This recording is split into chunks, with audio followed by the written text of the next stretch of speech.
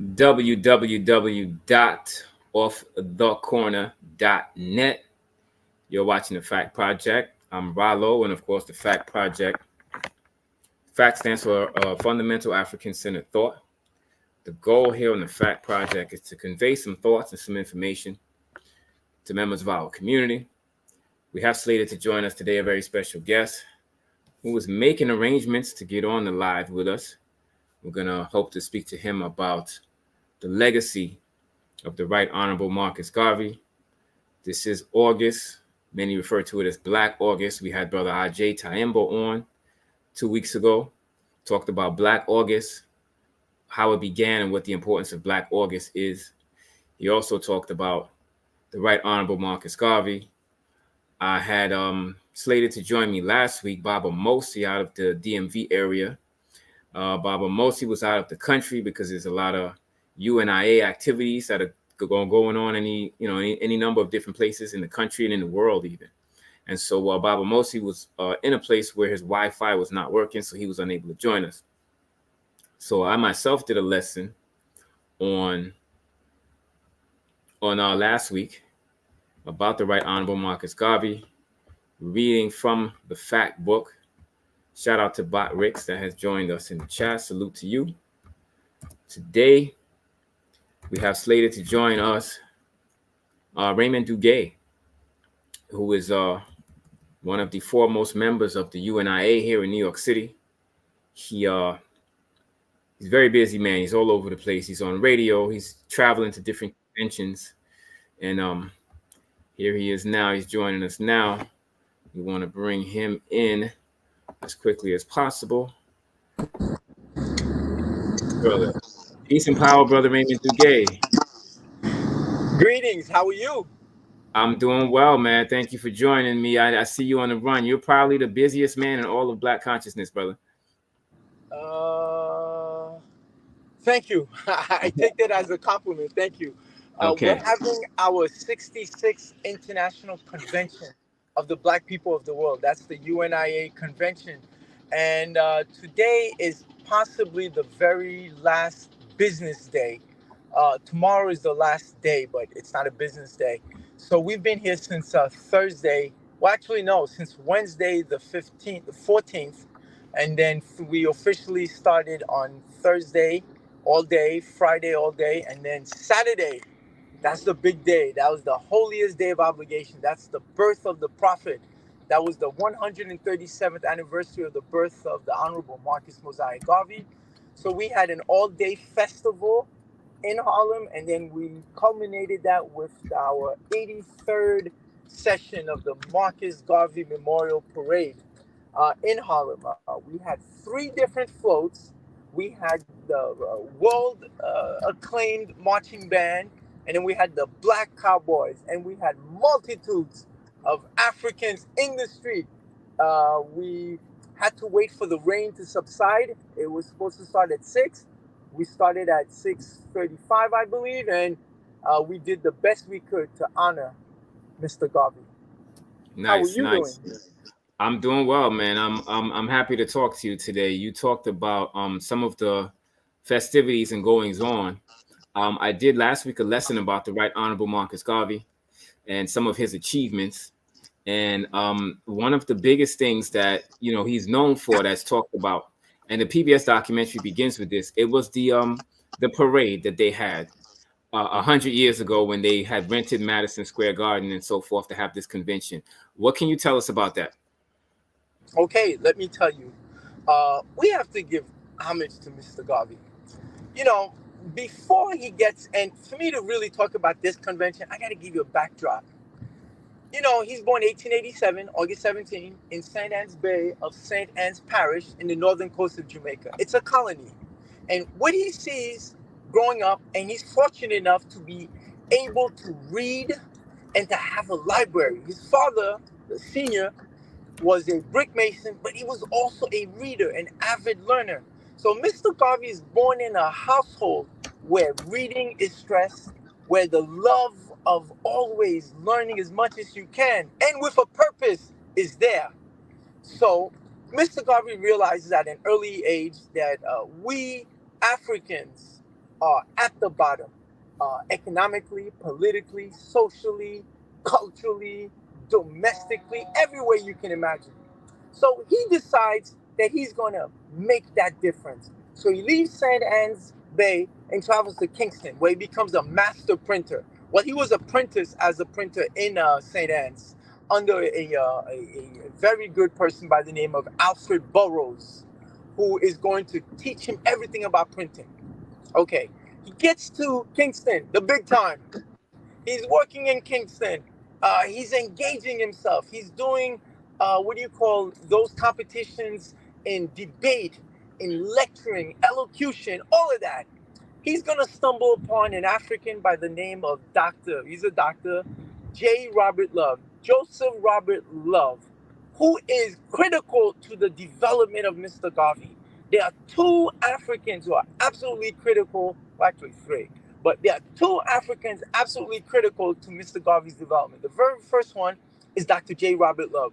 You know, when you hear Mr. Garvey say the black skin is not a badge of shame, but rather a glorious symbol of national greatness, that is entirely borrowed from Dr. J. Robert Love. And he tells you that. He clearly admits it. And let me say this about Mr. Garvey. Not much that Mr. Garvey says and does is unique. No, but he compounds upon it. He takes it to the next level. He's not the very first black nationalist. He's not the first one to assign Africa our homeland. We must build a nation. No, there are many before him. You know, the granddaddy of them all, Edward Wilmot Blyden. Then you got Martin Delany. You got Alexander Crummell. You got Henry Highland Garnett. You've got Bishop McNeill Turner. And you've got Dr. J. Robert Love. And you've got John Edward Bruce. So Mr. Garvey is not the first.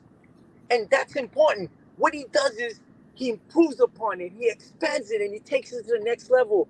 What Mr. Garvey does that others before him hadn't done is he puts it all together and then he cements it on the race first, and he tells you it must be independent, self-reliant economics based on race first, because everybody else does it. Anyway, so Mr. Garvey is going along. He meets Dr. J. Robert Love, who blows his mind away. Now he's committed. He wants to do the best for his people, but you need funding. You need the economics. So Mr. Garvey thinks, you know what? Let me migrate. Let me leave Jamaica, a colony with black people at the bottom. Let me go to another place, amass as many funds as possible, and then go back home and build this movement. So he goes to Costa Rica. What does he see? Black people at the bottom. He leaves Costa Rica before they arrest him. He goes to Panama. What does he see, my brother? Black people at the bottom. He goes to Colombia, Venezuela, he goes to Ecuador, he travels to Peru, even works a couple times in Bolivia. What does he see? At the bottom. Jamaica, Honduras, and he sees the same thing. Now, he left Jamaica in 1910. This is January 4th. Gets back to Jamaica. He's hanging out, partying, and his next move back to be the big time, Europe. While he's in Jamaica, April 15th, he's hanging in Jamaica, 1912. The best, biggest. All right, we just lost Brother Raymond Dugue. Hopefully we're going to have him to come back on. He was traveling, as you can see. And so his signal started to get a little weak right there. So we're going to see if we can get a hold of Brother Raymond Dugue and have him come back. But in the meantime, I want to give a shout out to Leander Dahlberry in the chat. Hopefully I'm saying your name right. Forgive me if I'm butchering your name. But shout out to you and thank you for being here. We're going to see if we can get Raymond Dugue back on because we lost his feed. But in the meantime, oh, here we go. He's coming back now. Peace, Brother Dugue. I'm sorry that happened. Are you with me? Peace, Brother Raymond. Are you with me? Yes, I think we got cut off. Yeah, you're Are you there? traveling. So yeah, you're traveling. So we lost you for a minute, but we're good now. Okay, I'm sorry for that delay. Yeah, no worries, no worries. So you were talking about Baba Garvey's travels to Central America and noticing that the condition of Black people in Central America was very similar to the conditions of Black people in Jamaica, where they were socially, economically, and politically at the bottom of those societies. So that's where you were. You can pick up from there, brother. And I think we might still be having a problem with Brother Raymond. In the meantime, here on the Fact Project, we have been engaged in the campaign against Netflix. Oh, here we go. Here we go again. Brother Raymond, can you hear me? Yes. You know what No. happened? I went into a zone. I went to a zone where it picked up my. I'm not supposed to be doing that, but anyway. So everywhere he goes, he's hanging out. I said by end of January, he's back in Jamaica. This is 1912. April 15, 1912, the baddest, most technologically advanced vessel ever built up until that time, they call it the Titanic, is going to sink off the coast of Newfoundland. And who owns the Titanic? The White Star Line. So Garvey says to himself, okay, I get it. I get it. The most powerful vessel is owned by the White Star Line, okay? And the President of the United States lives in the White House. So he said, okay, I get it. I get it. We'll do something about that. Okay. So now, hold on. So I'm sorry. Now, as August approaches right now, I mean, in August, in 1912, he makes a decision. Okay, I still need to, it didn't work out in Central and South America. Let's go to Europe. So he travels to London. He travels to Europe, lands in London. And what does he see in England? Black people at the bottom. He visits Scotland and Wales. Black people at the bottom. He goes through Ireland. Black people at the bottom. He crosses the English Channel and he goes to France. What does he see? Black people at the bottom. He goes to Spain, Italy, Austria, and Germany. He said, wow. He says, I get it. The whole world has made being black a crime. Black people are universally oppressed due to race. So he says, I get it. Any solution to this condition must involve race, and it must be first. Hence, our philosophy will be race first. And then he says, we are universally oppressed. This is a universal condition. So any solution must be universal. And that's why he creates that organization, that government called the Universal Negro Improvement Association and African Communities League. While he's in London, while he's in Europe, Mr. Garvey makes the most of it. My God, he reads, he learns, he goes to the British Museum. He's going to meet his second mentor. The first one was Dr. J. Robert Love. The second one is Dugue Muhammad Ali. This brother, and he's a brother, and how do you know he's a brother? Well, we've seen his pictures, but there's certain terminology used on the planet that lets you know these are black people. What's the terminology? They tell you he's an Egyptian from Sudan. That's a polite way of saying this is a black, dark-skinned, melanated African. And that's what Dugue Muhammad Ali is. In fact, in 1911, Brother Ali is going to create the very first Pan-African international periodical. He's going to call it African Times and Orient Review. So Garvey gets to know Dugue Muhammad Ali, and he says, oh, what can I do? Can I work there? Can I learn from there? The guy said, sure, but I think, for what you need to do, you should start at the British Museum and go learn and read about Edward Wilmot Blyden, the granddaddy of black nationalism.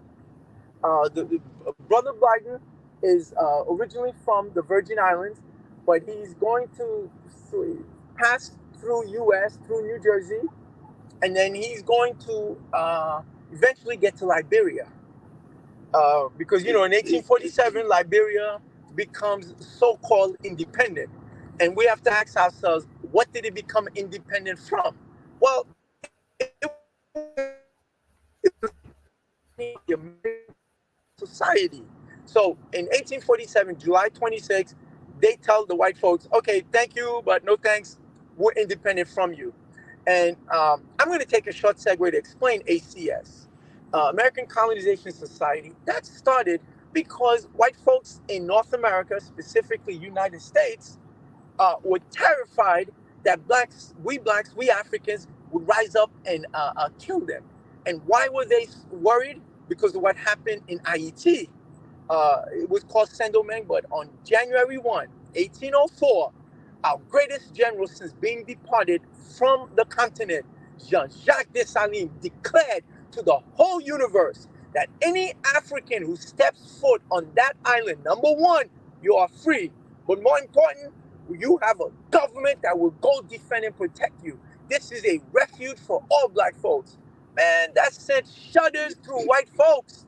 Terrified. If Africans could do this, and some white folks said, you know what, let's get rid of them, let's send them back to Africa. So the American Colonization Society was created, and then eventually Sierra Leone and Liberia were created because of that. Anyway, getting back to it, Edward Wilmot Blyden is going to hang out in Liberia, and he's going to tell our folks, you can't get justice. You can never get justice from an unjust system. These white folks will never, ever respect you. You need a base and a homeland and where you're from. And as you build your homeland, you can defend and protect all your other members of your race who are not on your homeland. And Garvey gets it. In fact, Garvey's, sometimes they call Mr. Garvey's movement the Back to Africa movement. It was much more than that. Yes, we're going back to Africa, but the question is why? I mean, why would we leave the only place we know, let's say North America, and go back to Africa? Because it's about nation building. The only aspect that power respects is power. They have the power to oppress, colonize, commit genocide, and enslave us. And we don't have the power to defend and protect us. And all power is through organization. That's why you have to organize, organize, organize. And you need to build. This is why Mr. Garvey is back to Africa. Because we need a nation. We need a homeland. That homeland can only be there, and it's about power. You have power, I guarantee you. My dear brother, when was the last time you heard of a Chinese teenager being shot in the back by a white cop in New York City? Never. Oh, can you hear me? Yeah, I can hear you. Can you hear me? I said never. My brother, oh boy, I'm breaking up. I'm sorry. Oh, No gosh. worries. I can hear you. What? Okay, my question to you is, when was the last time you heard or you read that a Chinese teenager was shot in the back by any white cop in New York City? I don't recall ever hearing that. That would be a first. I never heard that before. You would never. It doesn't happen. Or Korean, because or a teenager from India, because all of those three places have a solid country, and everybody respects power and strength, and so their teenagers will never be shot because everybody understands the rules. But you would hear black people, yes, because we don't have a nation. Well, we have so-called countries who are so-called independent, but nah, we're lackeys of white folks, and everybody knows it. Everybody knows it. Anyway, and so what? Oh, promulgate this. Anyway, he's hanging out in Europe at the British Museum. So he goes and does research on Edward Wilmot Blyden. While he's doing that, and by the way, Mr. Garvey's an avid reader, he stumbles upon pyramids about Ma'at. He stumbles upon Pharaoh Khufu, Pharaoh Khafre, and Pharaoh Menkaure. He said, whoa, what is all this? We did all this? He said, we built these pyramids. We were the first physicians, scientists, architects, accountants, farmers, agriculturalists? Yes, we are. And he said, wow. So he says, I get it. Now his mind is completely blown up. He's got to go back, but he's running out of funds. So he's able to leave England June 17th, 1914, to return back to Jamaica. On July 1, 1914, Mr. Garvey's, the boat that he's on, will stop in Port of Spain in Trinidad. Mr. Garvey, they've got several hours to kill. He leaves, he walks the streets of Port of Spain. Guess what, my brother? He's a nobody. Nobody's ever heard of him. Nobody even knows. Nobody cares about him. Nobody cares about him. No, nobody cares about him. This is July 1, 1914. In 5 years, in Trinidad, no name is bigger. No face is bigger. Nobody, I mean, the Garvey movement was so big in Trinidad, the British government had to outlaw and ban the Negro World newspaper. If you were UNIA, you would be held for treason and sedition. This is how big in 5 years. No one's ever heard this. Anyway, so he gets back to Jamaica July 8, 1914. July 29th, that's a Monday, July 20, 1914, he establishes and founds the UNIA with the purpose of the upliftment of black people of the world. He realizes we are universally oppressed because of race. So we cannot look at ourselves as individuals from IET, from Trinidad, Jamaica, South Carolina, Brooklyn, Michigan, or any parts of Africa. We are one people. Oh, by the way, the motto of the UNIA is one God, one aim, one destiny. Mr. Garvey gets that from Dugue Muhammad Ali. So you just think about it. You know, the black skin is not a badge of shame, but rather a glorious symbol of national greatness. Mr. Garvey gets that from Dr. J. Robert Love.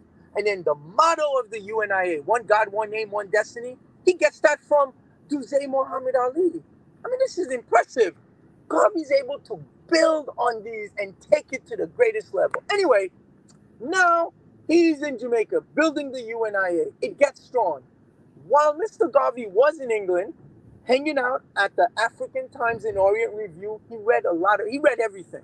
He's a voracious reader. He's going to stumble upon Up From Slavery, the story of the great Booker T. Washington. And Garvey realizes, that's it. That's what I got to do. Go back home and build the greatest industrial educational center where we can create jobs. We build houses, build roads, build bridges, build hospitals, build cities. Says, I can do it. Plus, my people were the first engineers, scientists, architects. We got it. And then the second thing that he's going to stumble upon a lot of things. But the second thing is when he stumbles upon a hit song. There was a hit song called Every Race Has a Flag But the Coon. Garvey reads that and he says to himself, if it's the last thing I do on this earth, I will give black people a flag. This is 1913. He's already there. So he's building the UNIA in Jamaica. It got strong. It had up to 100 members. He bills himself as the Honorable Marcus Garvey, world traveler, having studied in England, which is true. He took courses in England, having been all over the world, which is true. He could say that. And so he does billboards. I mean, he's a very intelligent man. He does the promotion. He's got it. And it's doing great. It's doing great. But after he read about Booker T. Washington, he starts corresponding with him. So by 1915, as the UNIA is getting really strong, we're talking over 100 members now in Jamaica, he wants to travel to the United States, do a 38-state tour to raise funds, meet people, get connections, and then go back to Jamaica and build the greatest industrial educational center to create jobs, employment, and black nationalist center you can imagine. So while he's communicating with Booker T. Washington, the brother dies. November of 1915. And the immigration rules are anti-black. Any white folk can immigrate to the U.S., but if you're black, you know the story. So from November or September 2015, it's not going to be until March of 2016 that Mr. Garvey is able to travel to the United States. So he arrives in the United States March 24th, 1916. Now listen to this, my brother. That's 1916. In 3 years, 1919, no name, no black face is better known than Marcus Mosiah Garvey. This is truly a miraculous story. How a black man can come to the United States with less than $3 in his pocket, and he's gonna build an economic empire. He's going to uplift black people.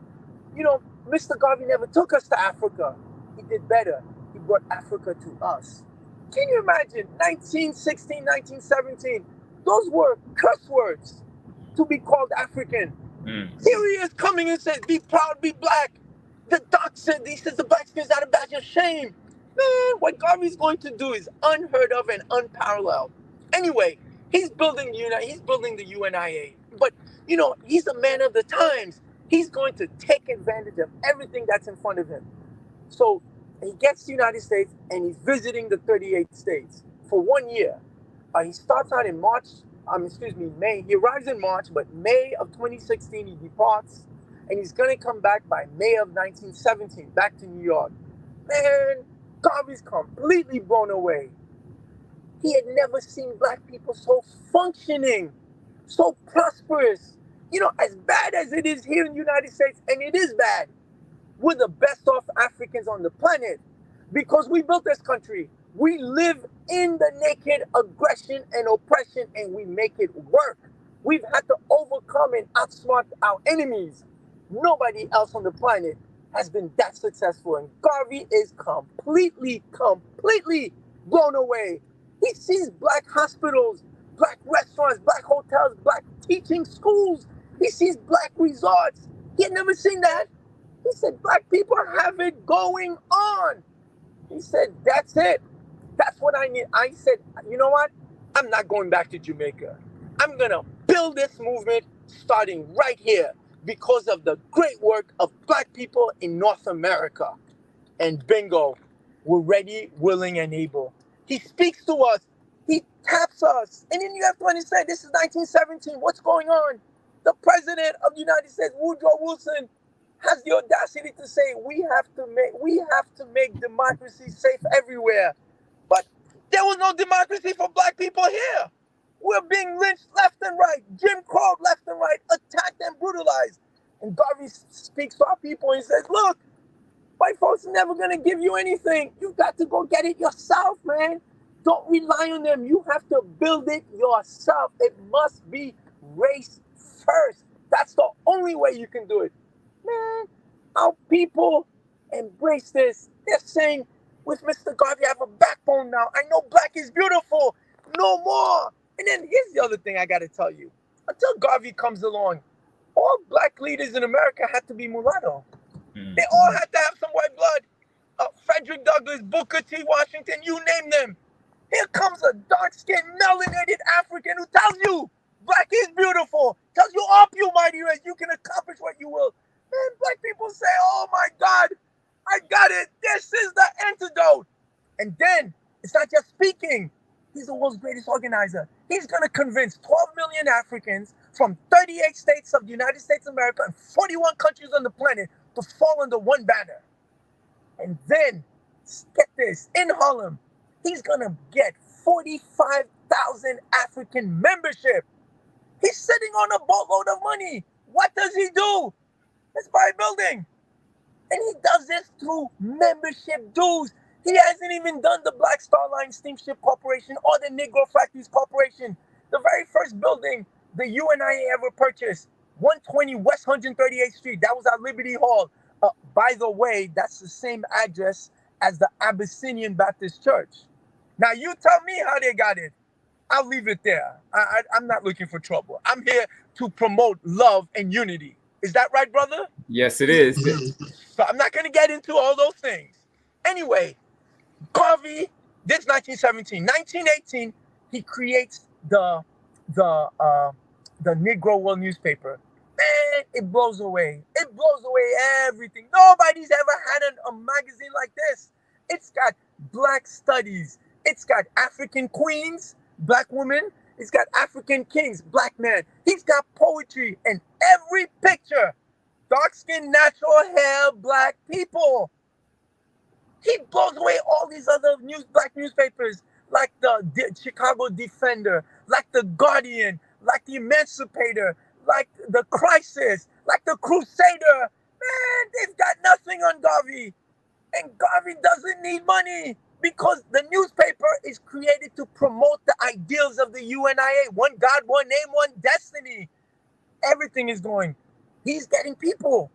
And then 1917, the U.S. government creates the Liberty Bonds to support the war effort. So Garvey says what's good for the goose is good for the gander. They can do Liberty Bonds. Let's do our own bonds. The Black Star Line Steamship Corporation. He tells black people, when we travel, we are, discriminated, disrespected. Why stand up for that? Don't complain, man. Build it yourself. You've got the money. And how do we know this? They don't see me. Okay, I'm at the site. But anyway, in 2017, you ready for this, brother?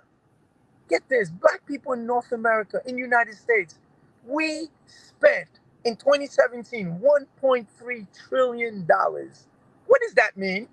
The Russian Federation, Putin, the big bad Russian dude, they only produced in 2017 $1.282 trillion. Can you imagine 45 million black people in the United States spend more than 135 million white Russians make and produce?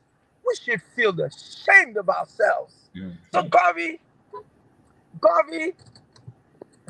says that up you mighty race, you can accomplish what you will. All of this, Garvey comes and does. Okay, my dear brother, at this point, I'm gonna have to beg you to let me go. Yes, brother. We will have to bring you back again, man. Yeah, I mean, I've got a convention that's right here waiting for me, and they're outside. But let me wrap this up. So Garvey has done everything. He builds the organization. He's got the Negro World newspaper promoting the ideals. He's got people meeting. Oh, by the way, that very first building they purchased, Liberty Hall, it could hold 6,000 people. Wow. That means on a bad day, Mr. Garvey's getting 3,000 people. Can you imagine that? That's a bad day.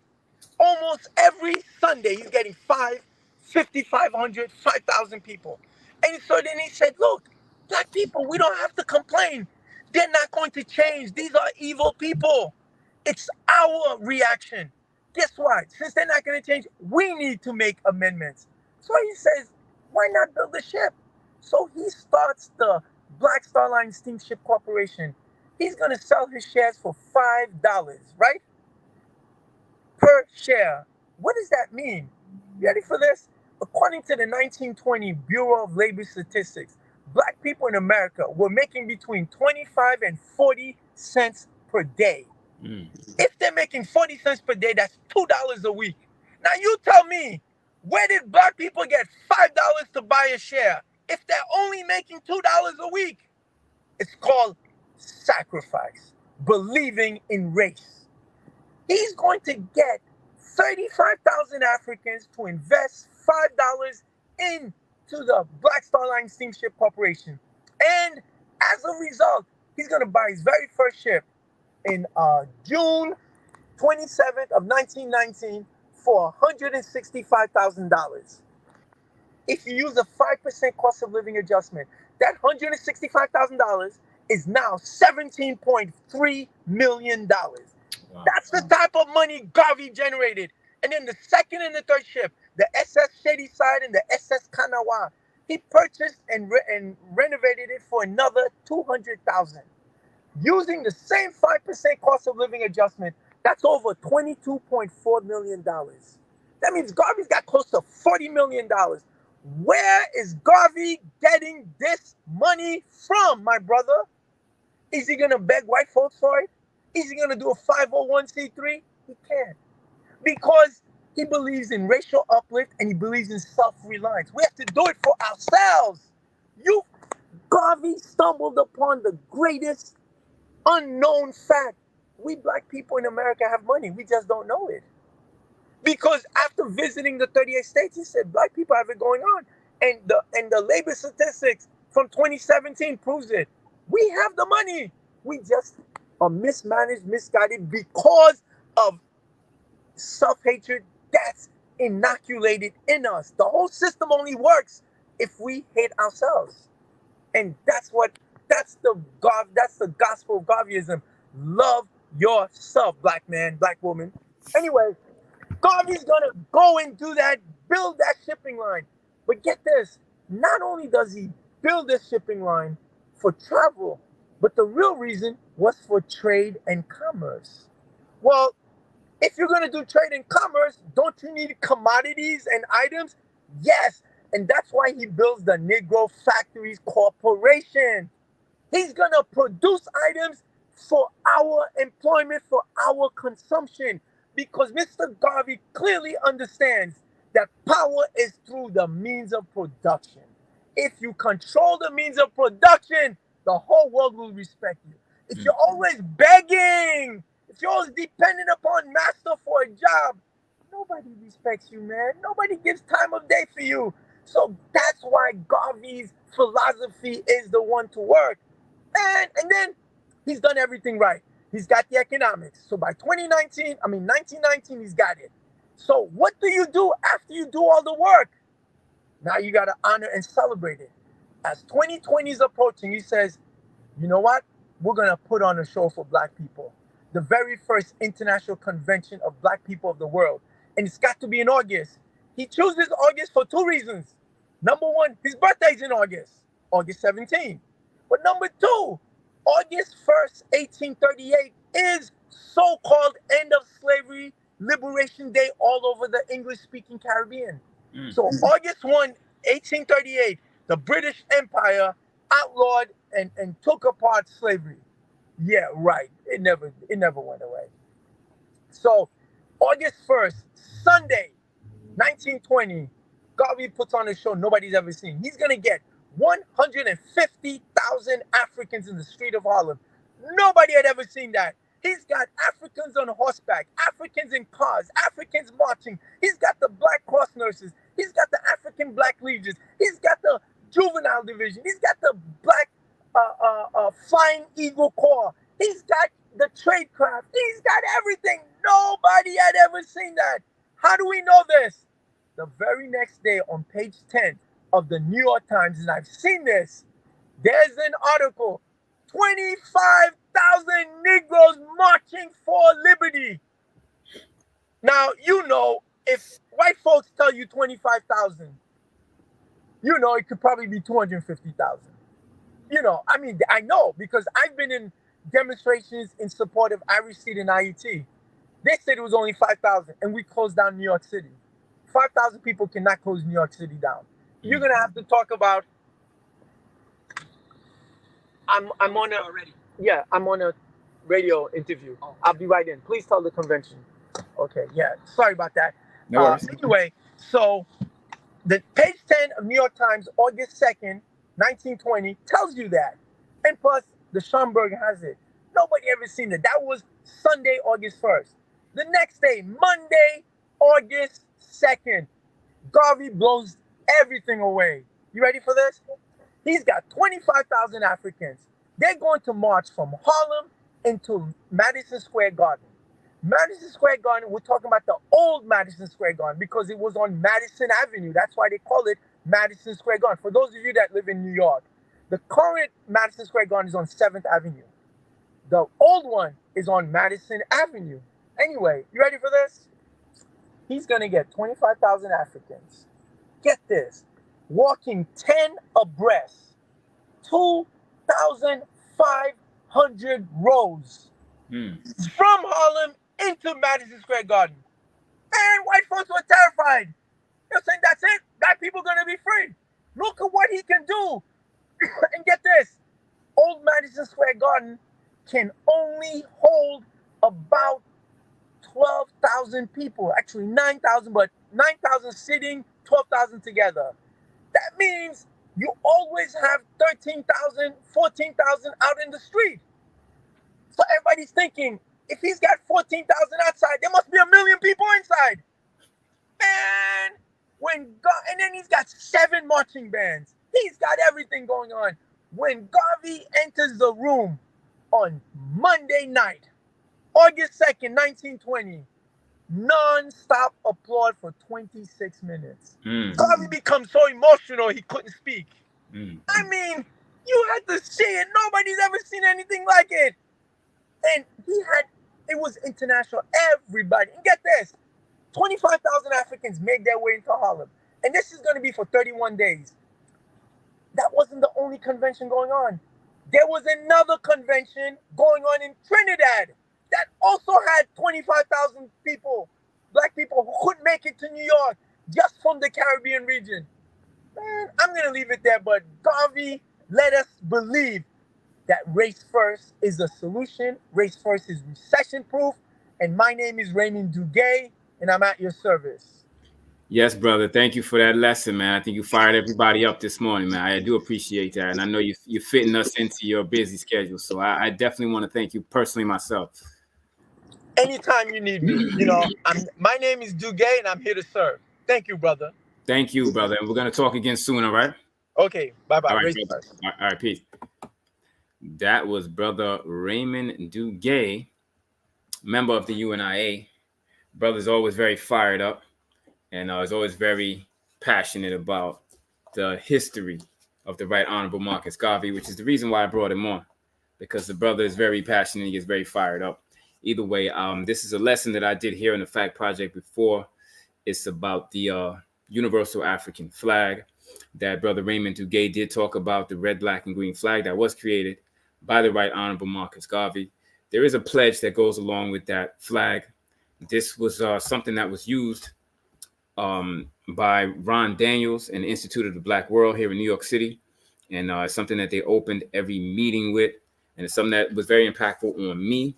And so I put this in the book, fact book, where I talk about fact lesson number 1 is a lesson on the Universal African flag, the red, black, and green. And it's fact lesson number 1 because the Institute of the Black World under Ron Daniels, Professor Ron Daniels, began every meeting with this. So I began the book with that, doing that in the same vein as Institute of the Black World.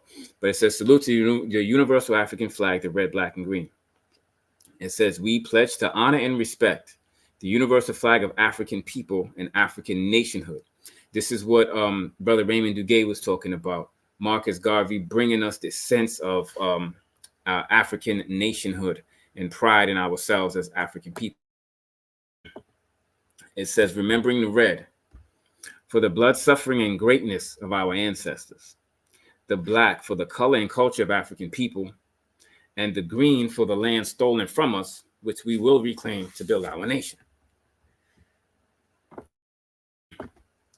It says, we are one people, we have one aim, we share one destiny.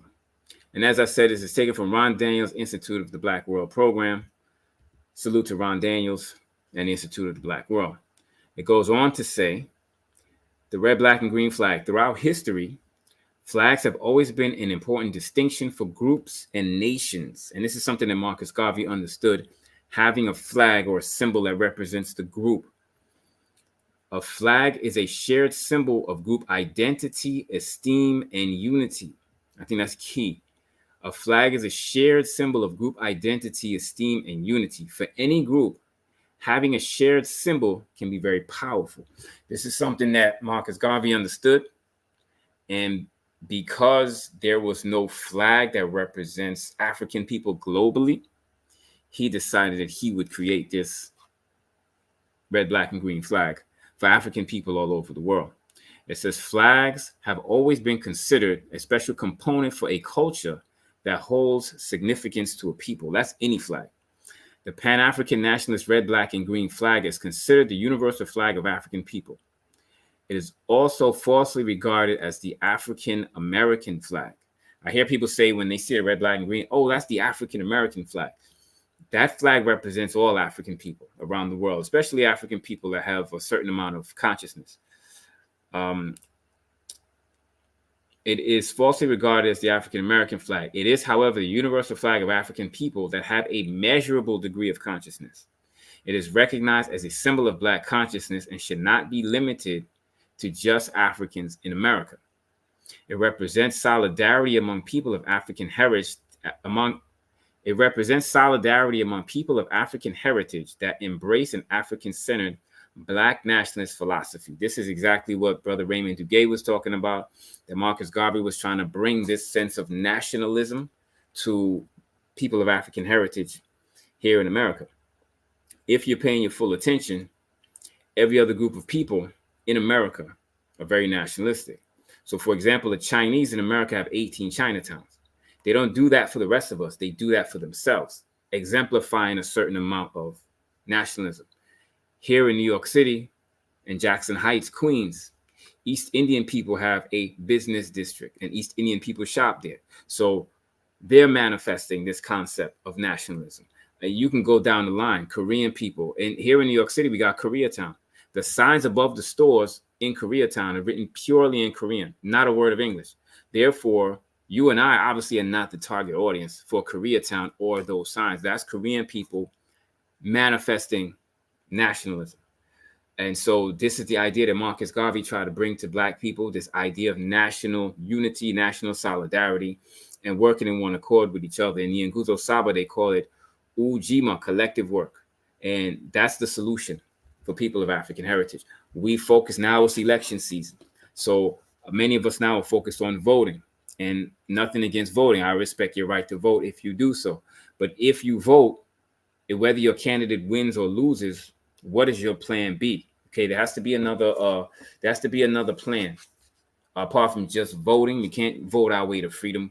We have to actually practice nationalism. And this is the idea that Marcus Garvey was trying to get across to us. It says the idea represented by the red, black, and green flag is the idea of nation building and unity among conscious Black people nationally as well as globally. And I feel like there's a lot of groups in America, they're stuck on America. I'm not going to mention any names, but there's some Black separatist groups that are trying to divide the group in the name of getting reparations. I don't do Black division of any sort, and so I don't understand that mentality.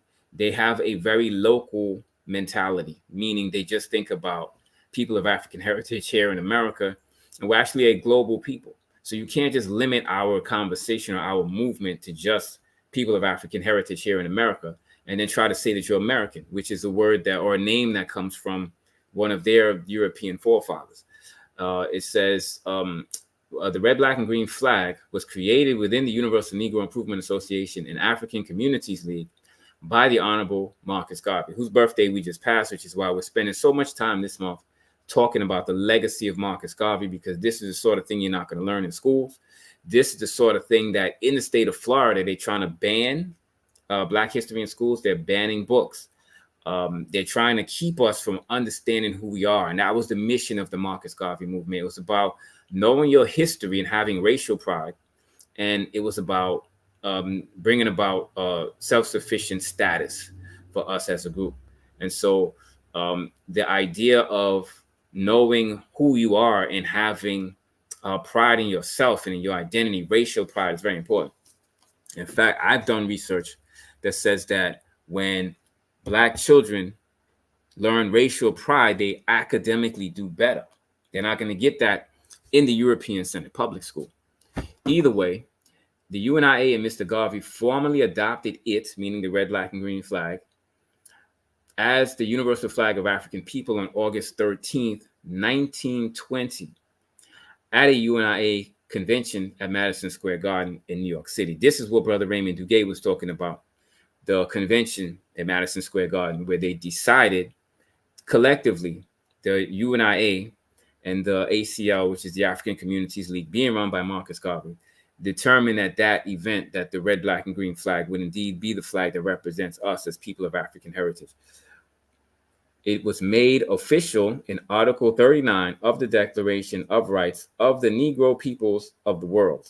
Again, Negro is a word that was used then. We don't use that word now. It's kind of an antiquated term, but I'm just kind of reading it as it says. Article 39 states that the colors red, black, and green be the colors of the African race, not just African Americans, but indeed the African race, which includes the African world community.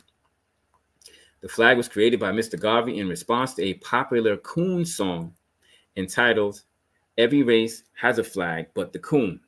This is what Brother Raymond Dugue was just talking about, the popular coon song that I guess sparked the idea or planted the seed in Marcus Garvey's mind that we needed a flag to represent us. In the early 1900s, white minstrel singers went above and beyond to express their hatred for African people. They created what became known as coon songs to make a mockery of Black people. This is the sort of history you're not going to learn. This was popular culture at the time, to refer to Black people as the N-word and to refer to us as coons. This was common. This is not something that is like, word of mouth or just something that people say in the streets. This is actually every day. This is popular culture.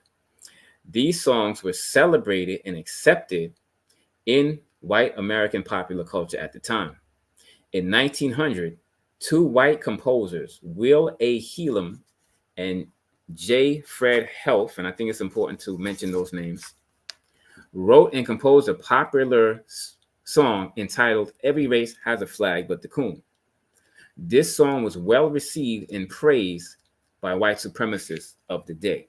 Now, when it comes to minstrel songs and coon songs and things that make a mockery of Black people, I think, and I didn't mention this in the book, but I think it's noteworthy to mention that there was a character in these minstrel shows years ago where they would make a mockery of Black people called Zip Coon. Zip Coon was always seeking white approval, but he was never getting it. And the white people, they kept Zip Coon around just so they could laugh at him and make a mockery of him. And Zip Coon is oblivious to this the whole time. And so Zip Coon is trying to always fit in and be accepted by white people and never really being accepted, but he didn't realize that. So the joke was always on Zip Coon. There's a song entitled Zip Coon, and I would challenge anyone watching this, you can go and listen to that song. It is on YouTube. It is on the internet. The song that the ice cream truck plays when it's coming down the street is the Zip Coon song. It's the racist song. And the ice cream truck to this day still plays that song. This is coming from minstrel performances. So every time you see that ice cream truck and you hear that song, especially after you go and watch the video and you listen to the song, you realize that's the truck. That's the song that the ice cream truck plays. And so you have a song that's making a mockery of Black people. And here comes the ice cream truck driving through Black neighborhoods. And there's Black children running behind the ice cream truck playing this racist song that's basically still making a mockery of Black people. And we don't realize it's only because we don't know that kind of history. The red, black, and green flag was created in part as a response to this deplorable song, meaning the song that said every race has a flag but the coon. Mr. Garvey said, "Show me a race or the nation without a flag, and I will show you a race of people without any pride."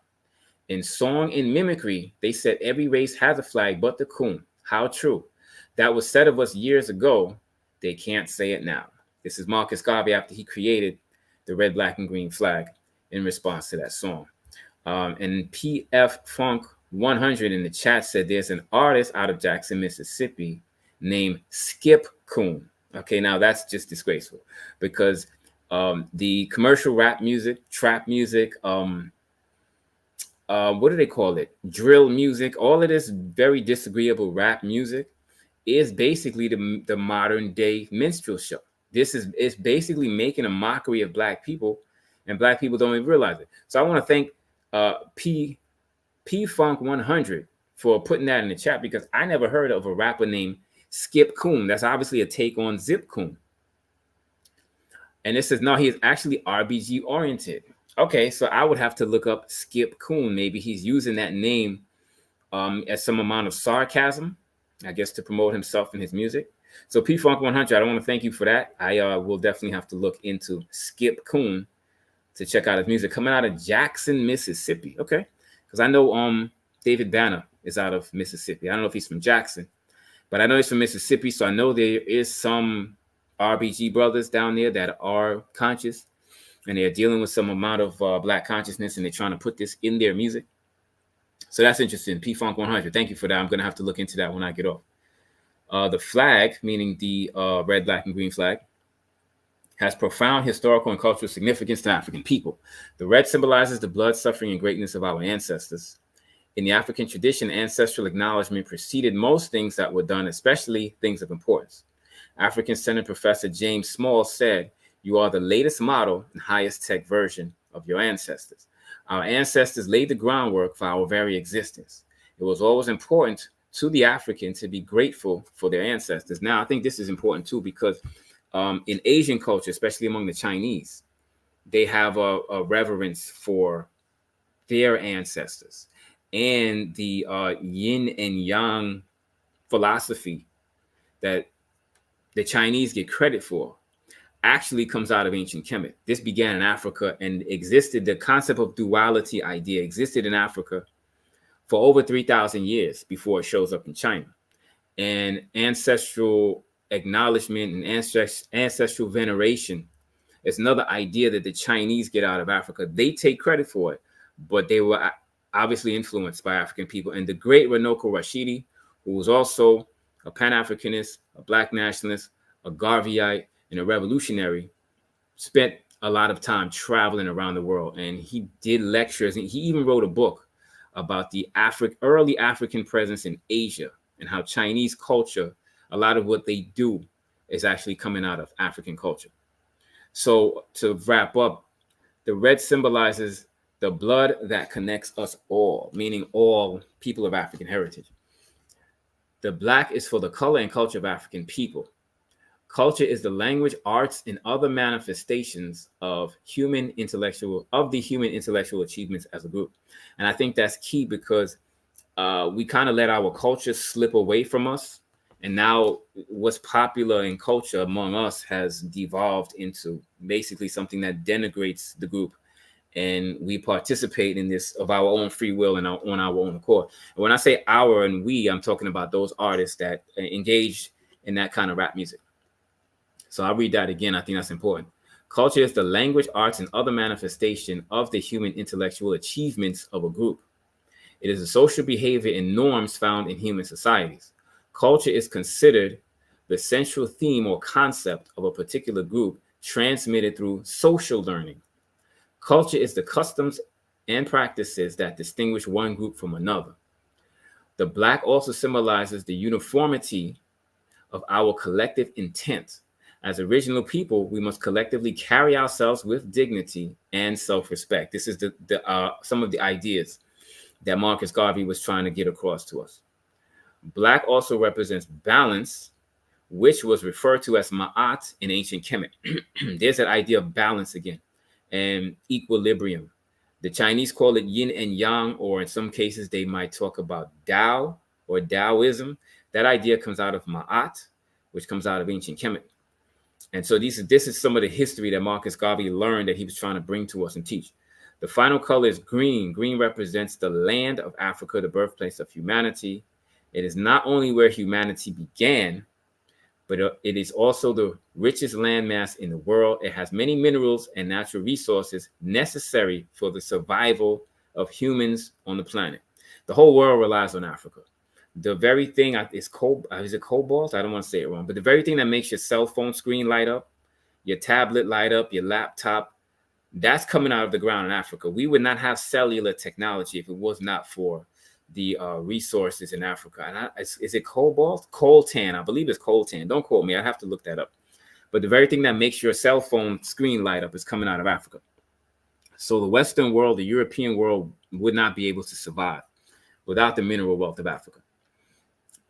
It has many minerals and natural resources necessary for the survival of humans on the planet. For example, it is worthy to note that Africa is a special place because it is rich in bauxite, cobalt, diamonds, platinum, gold, coal, zinc, lead, salt, copper, oil, coltan, tin, emeralds, gemstones, chromium, manganese, iron ore, limestone, silver, and aluminum, among others. The list of resources and mineral wealth of Africa's fertile ground is much longer than this short listing. That is why the Europeans, the Chinese, the Arabs, the East Indians are all in Africa robbing it of its mineral wealth. They are all generating money and strengthening their economies using the wealth of Africa and impoverishing African people in the process. The green of the flag represents the idea that the African world community must begin to act in one accord to regain control of Africa's wealth-building resources. Those resources should be in the hands of African people and under the control of African people so that we can return to being the leaders of humanity on the world stage. In the Nguzo Saba, we talk about returning to our traditional greatness. I don't think we do that without being able to control the mineral wealth of Africa. I'm going to leave it there. I want to thank everyone that joined me in the chat. I want to thank Brother Raymond Dugue for getting on and getting us fired up this morning in the month of August, talking about the Right Honorable Marcus Garvey. I do want to remind everyone that the campaign against Netflix is still ongoing because of their streaming the animated reboot of Good Times, which depicts Black people in a very deplorable way. I've mentioned it on this show any number of weeks. That campaign is still ongoing. We got to have sustained indignation, and we have to keep our foot on the gas.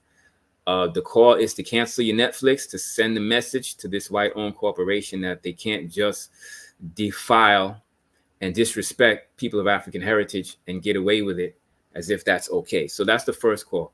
Second thing is to go to change.org and sign a petition, which a lot of people have done. A lot of people have canceled Netflix already. A lot of people have signed a petition on change.org for them to remove Netflix from their streaming remove Good Times from their streaming platform. And number 3, everyone is being urged to go to offthecorner.net so that they can copy paste the open letter that was written by Dr. James McIntosh of CMOTAP to Netflix, expressing our discontent with the animated reboot of Good Times. So anyone wanting a copy of that letter, you can get it by going to offthecorner.net. We would urge you to copy paste that, put that in the email, or copy paste that and print it on paper and send it snail mail so that Netflix will get the point, and perhaps they're beginning to feel the economic pinch, and we would like for them to remove this animated reboot of Good Times from Netflix. On that note, I'm gonna get off now. I want to thank everybody that was that watched for watching. I want to thank in advance everyone that's going to watch the pre-recorded version of this on YouTube. Shout out to Full Blast Radio. Salute to DJ Tiger. Definitely tune us in next week. Peace.